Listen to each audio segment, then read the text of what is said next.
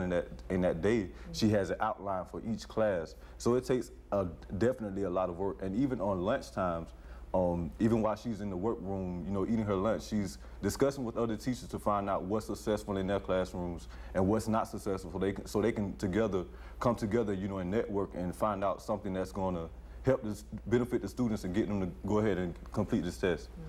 And Charlie, you all get paid for this. I mean, there is, I'm sure you don't do it for the money because it's not a lot of money, no. but you do get paid. So I'm sure that's an extra incentive for you, correct? Yes.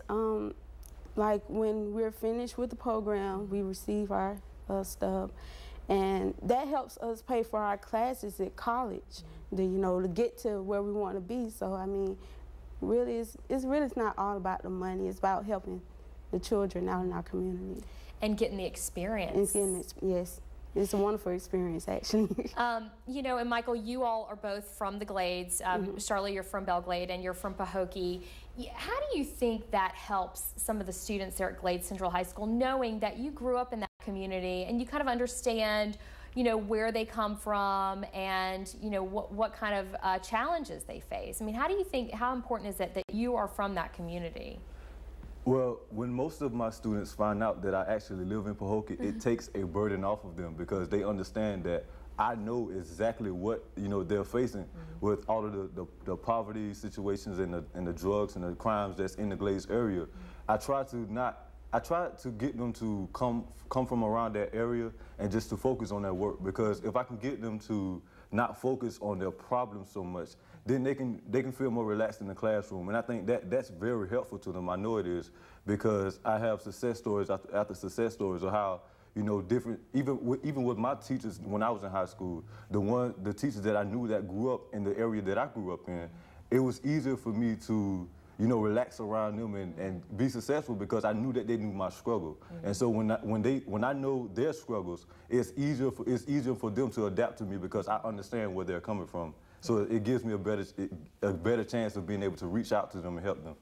And they connect with you all, I'm sure, because they realize that you all are from, their community. Yeah. And Charlie, you all go how often to your schools? Is it once a week? Yes. And how long are you there for that day? That whole day. Yeah. Whenever the teacher, doesn't need us anymore, then we're finished. But until then, we're on the duty. We're on the job. You're on the job. Yeah. And you work around, take your classes on other days as well at the PBCC campus in Belle Glade, correct? And is that difficult to sort of juggle all the stuff that you've got going on, or do you just make it work? Yeah, I just make it work. I take my time and plan things out and make it in my schedule, so it's no problem. Right. Well, Charlotte Burns and Michael Lawler, you all really are an inspiration, and I know you all are doing a great job in the classroom for these kids, and I know it must be a lot of work, but also very rewarding to know that you're helping out some of these kids. So thank you so much for joining us today. All right, well, coming up, we're going to talk a little bit more about the FIAT program and Good Fit, and we're also going to talk about how this thing is funded and some of the struggles to keep the program going and to grow the program. So stay with us here on Eye on South Florida. We'll be right back.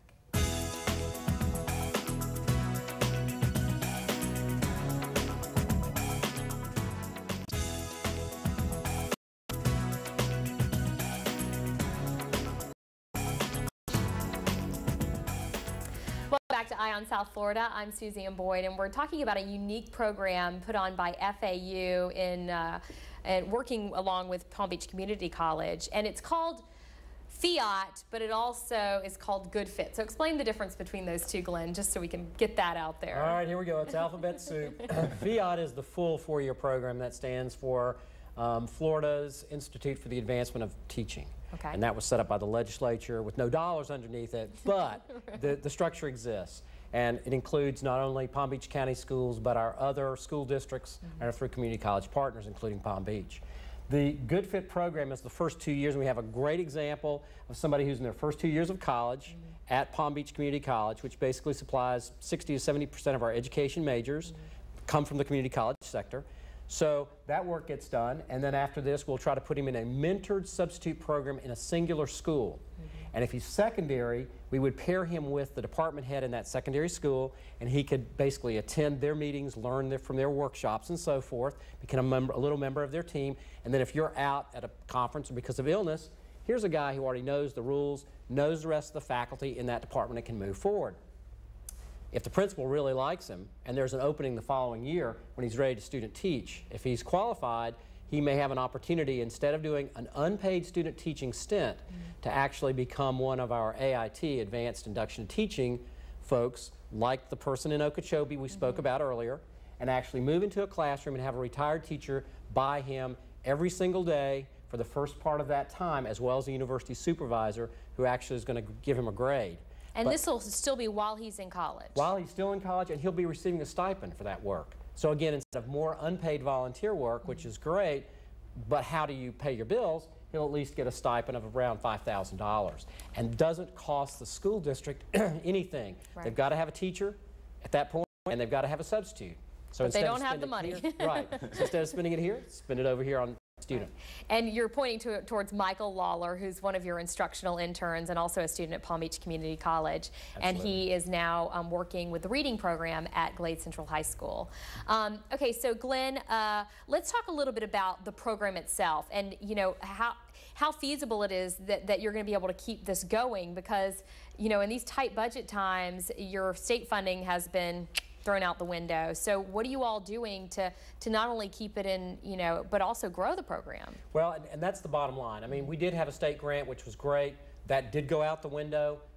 We don't expect that to come back. And yet and really at peak, we had about 125 students in the Glades working in schools, all 13 schools. Now we have about 26 to 28 per semester, and that is completely dependent upon the good work of our development office. That is true across all 8 school districts in which we have at least some representation. But without private support, it is very, very difficult. The first 2 years are really, there's no way to generate revenue other than through philanthropic efforts. David Rutherford, he's new to our panel right now. He is the Director of Development at Florida Atlantic University. So David, so it sounds like all the money problems are on you. Tell me a little bit about what you're doing to keep this program operating. Well, one of the things about the program that even President Brogan remarks is its brilliance is in its simplicity. And that translates very well into the message that I take into the community. I try and communicate to them the relevance of the program, and of course we're all familiar with needing to increase the quantity and the quality of teaching pool. The impact that the program is making, and of course we don't even have time to go into the hundreds of thousands of hours of instructional intern support that you've already heard spoken about. So the message is very, very easy to communicate.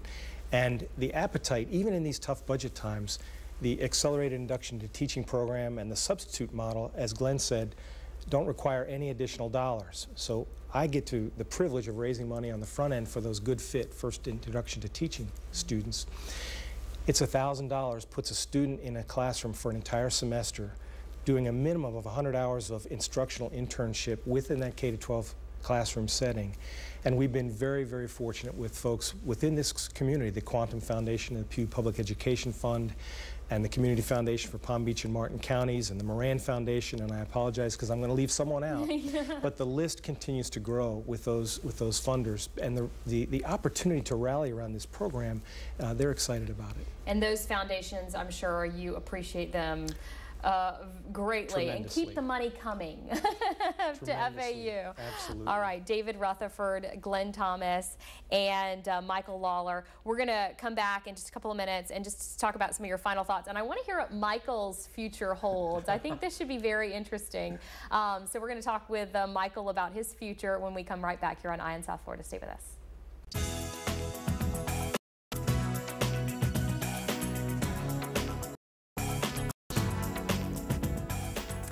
Back to Eye on South Florida. I'm Suzanne Boyd, and we're talking about a unique program put on by FAU and working along with Palm Beach Community College, and it's called FIAT, but it also is called Good Fit. So explain the difference between those two, Glenn, just so we can get that out there. All right, here we go. It's alphabet soup. FIAT is the full 4-year program that stands for Florida's Institute for the Advancement of Teaching. Okay. And that was set up by the legislature with no dollars underneath it, but the structure exists. And it includes not only Palm Beach County schools, but our other school districts and our 3 community college partners, including Palm Beach. The Good Fit program is the first 2 years, and we have a great example of somebody who's in their first 2 years of college at Palm Beach Community College, which basically supplies 60 to 70% of our education majors come from the community college sector.